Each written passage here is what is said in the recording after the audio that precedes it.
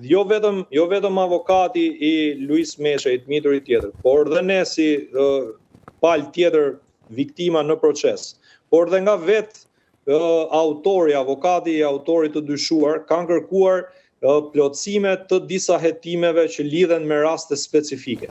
Por për shkak se gjykata nuk ka zhvilluar seancën me dyert mbyllura, unë jam i rezervuar të shpreh të gjitha rezervat që ne kemi pasur. Por është e vërtetë. Po mirë, ne këtu s'po përmendim emra fëmijësh të cilët mund cënohet ndoshta edhe në të ardhmen për ta. Po flasim më shumë për hapat ligjor, pra çfarë po.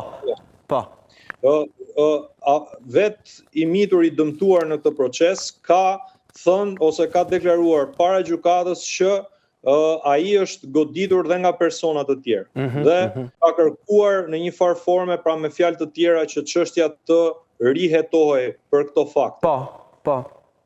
Nga gjykata është vlerësuar që çështja duhet të kalojë në gjykim. Gjithsesi, dhe në gjykimin e themelit. Këto pretendime të të gjithë palëve. Pse është vendosur? Cilat janë justifikimet që jep dhe pse prokuroria nuk bën një rihetim? Shiko, duhet të shohim vendimin e zbardhur të plot të gjykatës. Prokuroria ishte mendimit që kishte kryer të gjithë hetimin e mundshëm të plot dhe çështja duhet kalonte për gjykim. Dhe në momentin që do kemi një vendim të arsyetuar gjykatës, aty do dalin detajet, të cilat do t'rregojnë arsyet që gjykata ka vepruar në këtë formë për ta kaluar çështjen në gjykim. Atëherë kur i bie që të jetë gjithë zbardhja e plot përpara se të shkojmë te ky detaj? Duhet thënë që dhe në procesin e themelit, në gjykimin e themelit, ne mund të kërkojmë ose mund të ngrem pretendime për çdo provë, sepse çështja tashmë kaloi pa gjykim të shkurtuar, siç ju e thatë, pra do bëhet shqyrtimi i plotë i gjithë provave, i provave shkencore, i provave me dëshmitar, i provave materiale të gjetur në vendngjarje, pra të gjitha do i shqyrtohen debatit gjyqësor dhe aty mund të kemi zhvillime të tjera të procesit, që do të thotë mund të kemi raste ose episode ose për autorë të ndryshëm cilët mundet të kthehen për rihetim dhe njëherë nëse çështja do jetë pa hetuar plotësisht ose nëse do ketë ndryshime sipas ligjit, ndryshime akuze apo marrja e personave të tjerë të pandehur. Kjo do jetë në varësi të zhvillimit të gjyqit themelit. E kuptoj, kështu që mbetet për të parë. Mbas kësaj faze, pra kemi gjykatën e lartë e cila e ka dhënë vendimin, nuk vazhdon më procesi, pra vendimi që do të zbardhet nga gjykata e lartë do të jetë dhe ai finali për rastin e autorit të ngjarjes. Po, vendimi i gjykatës lartë duhet sqaruar lidhet me masën e sigurimit të autorit të dyshuar, që do të thotë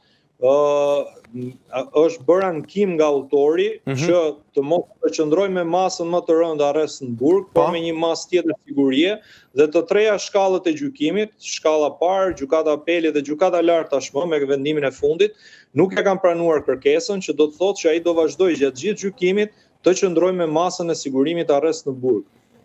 E kuptoj.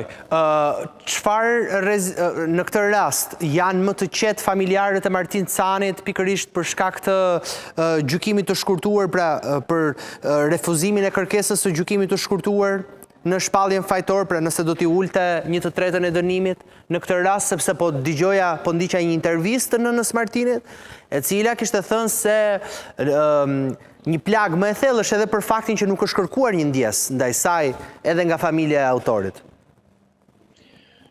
Jo vetëm për faktin e uljes së dënimit, çështja e gjykimit të shkurtuar me sa ja kam shpjeguar unë familjes Cani, lidhe me faktin e debatit dhe të bërjes së një rezume të gjithë hetimit prokurorisë dhe faktit që ne kemi mundësi ta zbardhim çështjen në detaje. Pra gjykata do t'i marrë provat rast pas rasti me faktin e mospranimit të gjykimit të shkurtuar. Nëse do ishim në një gjykim të shkurtuar, siç pretendoi mbrojtja e të akuzuarit, atëherë do ishim në një situatë ku debati do ishte i cunguar dhe do lidhej vetëm me faktet dhe provat që ka paraqitur prokuroria dhe jo mbi prova të tjera që mund merren shtesë gjatë gjykimit dhe me dëshmitar të tjerë të cilët mund të pyeten gjatë gjykimit. Kjo është diferenca dhe familja ka qenë e gëzuar paktën për atë fakt që gjykata nuk e ka pranuar kërkesën për gjykim të shkurtuar.